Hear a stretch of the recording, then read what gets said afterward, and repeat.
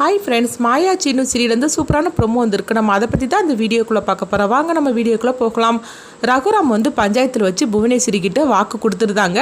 உனக்கு என் வீட்டை காலி பண்ணி நான் சாவியை கொண்டு தாரேன் போருமா அப்படின்னு சொல்லி கேட்கவும், அதனால நீ கம்ப்ளைண்ட்லாம் பண்ணுவேன்னு சொல்லிட்டு பிரச்சனை பண்ணிட்டு இருக்காது அப்படின்றதாங்க. இதை கேட்டதுமே புவனேஸ்வரி ரொம்பவே சந்தோஷப்பட ஆரம்பிச்சிருந்தாங்க.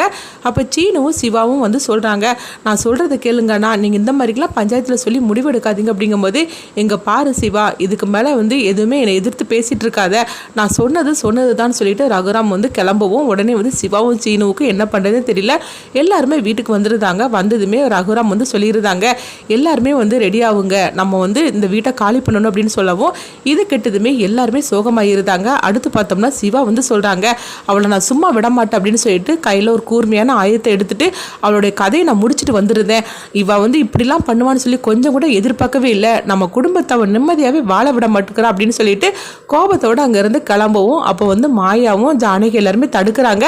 அப்போ உடனே ரகுராம் கிட்ட சொல்கிறாங்க, எதுக்கண்ணா நீங்கள் இந்த மாதிரிக்கு வாக்கு கொடுத்தீங்க, நம்ம இந்த வீட்டை காலி பண்ணணும்னு சொல்லிட்டு நம்ம எதுக்காக அவளுக்கு பயந்துக்கிட்டு வீட்டை காலி பண்ணணும், நம்ம ஒன்றும் தப்பு பண்ணலை அப்படிங்கும்போது என்ன சொல்லிட்டு இருக்கிறீங்க, நீங்கள் 3 பேர் பண்ணின தப்புல தான் இந்த மாதிரிக்கு நின்றுருக்குது அப்படின்னு சொல்லவும், இது கிட்டதுமே சிவா தலை குனிஞ்சு நிற்கிறாங்க. அப்போ ரகுராம் சொல்கிறாங்க, நீங்கள் 3 பேர் கையெழுத்து போட்டு கொடுத்துருக்கிறீங்களா, அதுதான் அந்த பத்திரம் தானே பேசும் எல்லா இடத்துலையும், அப்படி இருக்கும்போது அவ சொல்றதான் எல்லாருமே கேட்டு நடப்பாங்க.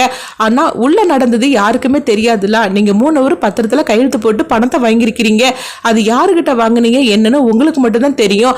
ஆனா அதை நீங்க வெளியே சொன்னாலும் யாருமே நம்ப மாட்டாங்க. அந்த பத்திரத்துல என்ன எழுதியிருக்கோ அதுதானே பேசும் அப்படின்னு சொல்லவும், இது கேட்டதுமே சிவா சொல்றாங்க, அண்ணா உங்களுக்கு தெரியாம நாங்க அந்த மாதிரிக்கு பண்ணியிருக்க கூடாது, ஆனா சீனுக்காக தான் இந்த மாதிரிக்கு நாங்க பண்ணிட்டோம் அப்படின்னு சொல்லவும், நீங்க இதெல்லாம் செய்யறதுக்கு முன்னாடி நீங்க என்கிட்ட ஒரு வார்த்தை சொல்லியிருக்கணும்.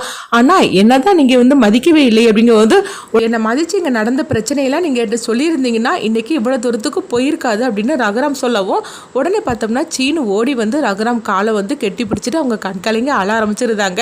இந்த பிரச்சனைக்கு எல்லாத்துக்கும் காரணம் நான் தான் மாமா, நீங்கள் சிவா மாமாவையும் அம்மாவையும் திட்டாதீங்க, எல்லா பிரச்சனைக்கும் நான் தான் காரணம், இந்த வீட்டிலேயே பிரச்சனையானவன் நான் தான் மாமா அப்படின்னு சொல்லிக்கிட்டு அவங்க காலை பிடிச்சி கதறி அளவும், உடனே ரகுராம் சீனுவை நீ எந்திரிடா அப்படின்னு சொல்லவும், அப்போ சீனு எந்திரிச்சிட்டு அவங்க கண்கலைங்க அழுதுகிட்டு நிற்கிறாங்க. அப்போ ரகுராம் சொல்கிறாங்க, என்ன சீனு, எதுக்காக நீ இப்படிலாம் பண்ணுன, உனக்கு என்ன பிரச்சனையாக இருந்தாலும் நீ சொல்லியிருக்க வேண்டியதுனடா அப்படிங்கும்போது, இல்லை மாமா, எப்போ பார்த்தாலுமே நான் பிரச்சனையாக நான் சொல்லிட்டு இருக்கிறேன், நானும் என் வாழ்க்கையில் எப்படியாவது ஜெயிச்சு முன்னேறி காட்டணும்னு சொல்லி தான் நானும் எவ்வளோ கஷ்டப்பட்டுட்டு இருக்கிறேன், ஆனால் எதுவுமே நடக்க மாட்டேக்கு மாமா, அப்படி இருக்கும்போது நான் தோற்று போய் நான் நிற்கிறேன் அப்படின்னு எப்படி மாமா நான் உங்கள்கிட்ட சொல்ல முடியும், உங்கள் முகத்தில் நான் எப்படி முழிக்க முடியும், அதனால தான் நான் இப்படிலாம் என் பிரச்சனையை நானே பார்த்துக்கலான்னு சொல்லிட்டு நினச்சேன், ஆனால் அது இந்த அளவுக்கு போய் முடியும்னு சொல்லி நான் கொஞ்சம் கூட எதிர்பார்க்கவே இல்லை, என்னால் தானே இன்னைக்கு இந்த மாதிரிக்கு நடந்துருச்சு அப்படின்னு சொல்லவும், அப்போ ரகுராமோட அம்மாவும் சொல்கிறாங்க, என் காலத்திலேயே இப்படிலாம் நடக்கணும்னு சொல்லிக்கிட்டு எல்லாம் எழுதி வச்சிருக்குதே, நான் என்ன பண்ணுறதுக்கு, இது நம்ம எல்லாரும் சேர்ந்து வாழ்ந்த வீடு,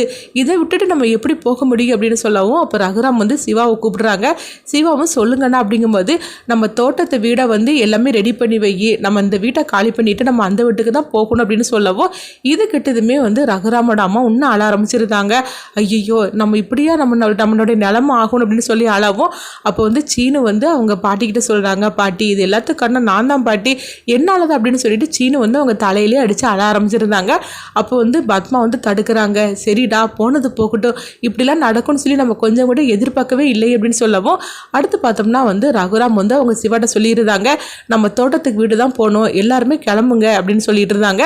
அடுத்துங்க பார்த்தோம்னா மாயாவை தான் காட்டுறாங்க. மாயா ஜானகி கிட்ட சொல்கிறாங்க, என்ன பிரியமா இப்போ என்ன பண்ணுறதுக்கு அப்படின்னு சொல்லும்போது, எனக்கும் அதுதான் மாயா, எனக்கு புரிய மாட்டேங்குது, ஆனால் அந்த வீட்டை விட்டு மட்டும் நம்ம போயிடக்கூடாது, அப்படி போயிட்டோம்னா அந்த புவனேஸ்வரி ஜெயிச்ச மாதிரிக்கு ஆயிரும், அது மட்டும் இல்லாமல் நம்ம என்னமோ தப்பு பண்ணின மாதிரிக்கு ஆயிரும், ஆனால் இந்த மாதிரிலாம் நடந்துடக்கூடாது அப்படின்னு சொல்லவும், உடனே ஜானகி சொல்கிறாங்க, ஏதாச்சும் பண்ணணுமாயா, நான் என்ன பண்ணுறதுனா ஒன்றுமே புரிய மாட்டேங்குது அப்படின்னு சொல்லவும், உங்கள் பெரியப்பா வேற இப்போ இந்த வீடை காலி பண்ணியே தீரணும்னு முடிவு எடுத்துட்டாரு, யார் சொன்னாலும் அவர் கேட்க மாட்டாரு, அதனால இப்போ என்ன பண்ணுறதுக்குன்னு தெரியல அப்படிங்கவும், உடனே அவங்க மாயா பார்த்தோம்னா, பெரியம்மா சரி நீங்கள் கவலைப்படாதீங்க, நம்ம எப்படி இந்த வீட்டோடு நம்ம போகக்கூடாது அப்படிங்கிறாங்க, அதுதான் ஒன்றும் புரியலையே, அவகிட்ட பத்திரம் இருக்குது, அப்படி இருக்கும்போது நம்மளால என்ன பண்ண முடியும் அப்படின்னு மாயா அவங்க ஜானகி சொல்லிட்டு இருக்கிறாங்க.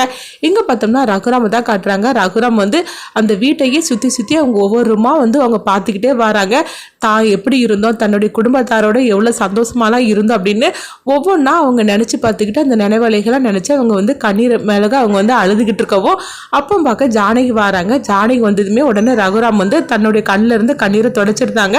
உடனே வந்து அவங்க ஜானகி சொல்றாங்க, என்னங்க நம்ம எதுக்காக அந்த வீட்டை விட்டு போகணும், போக வேண்டாங்க, அவ பொய் சொல்லி நாடகம் ஆடிட்டு இருக்கிறா, நம்ம எதுக்காக போகணும், சிவா சொல்றதாங்க கரெக்ட் அப்படிங்கும்போது, இங்க பாரு ஜானகி, இதுக்கு மேலே இந்த பேச்சை வச்சு யாருமே பேச வேண்டாம், நான் எடுத்த முடிவுக்கு நீங்க கட்டுப்படுறதா இருந்தா எல்லாரும் கிளம்பி தோட்டத்துக்கு வீட்டுக்கு நம்ம போயிடலாம், மற்றபடி யாரும் எதுவுமே பேச வேண்டாம், இந்த பிரச்சனை இன்னைக்கு இந்த அளவுக்கு ஆகிப்போச்சுது, இதுக்கு மேலே நம்ம வந்து பிரச்சனையை நம்ம கொண்டுட்டு போனாக்கி அவ தேவையில்லாம கம்ப்ளைண்ட் பண்ணுவா, அது மட்டும் இல்லாம இவங்க 3 பேருமே அந்த பத்திரத்துல கையெழுத்து போட்டு கொடுத்துருக்குறாங்க, அதனால அவ கம்ப்ளைண்ட் பண்ணாலும் கூட அவளுக்காக தான் எல்லாமே வந்து நடக்குமே தவிர நம்மளுக்கு சாதகமான சூழ்நிலை எதுவுமே இல்லை, அதனால நான் சொல்றதை கேளுங்க, இதுக்கு மேலே இந்த பிரச்சனையை பெருசாக்க வேண்டாம், பெருசாக்கினாக்கி நம்மளுக்கு தான் அசிங்கம் அப்படின்னு சொல்லவும் உடனே வந்து ஜானகி சொல்றாங்க, நீங்க இப்படி சொல்றீங்களே, உங்களால இந்த வீட்டை விட்டு காலி பண்ணுனா நீங்க சந்தோஷமா இருப்பீங்களா அப்படின்னு சொல்லி ஜானகி கேட்கவும் இதை கேட்டதுமே ரகுராம் வந்து ஜானகியை பார்க்குறாங்க. உடனே ஜானகி கண் கலங்குறாங்க.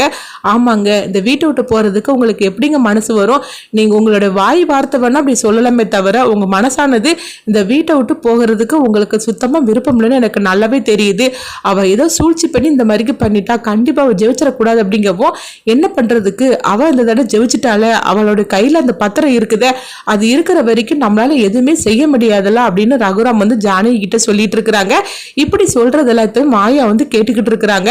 அந்த பத்திரம் அவ கையில இருக்கிறனால தானே அவ இந்த மாதிரிலாம் ஆட்டம் போட்டுட்டு இருக்கிறா, அது நம்ம கைக்கு வந்துருச்சுன்னா அவளுடைய ஆட்டம் எல்லாமே முடிஞ்சு போயிடும், எப்படியாவது இந்த பத்திரத்தை நம்ம வாங்கணும், அவ வீட்டில தான் வச்சிருப்போம் அப்படின்னு மாயா வந்து ஒரு திட்டத்தை போடுறாங்க. அடுத்து என்ன நடக்குன்னு பார்க்கலாம்.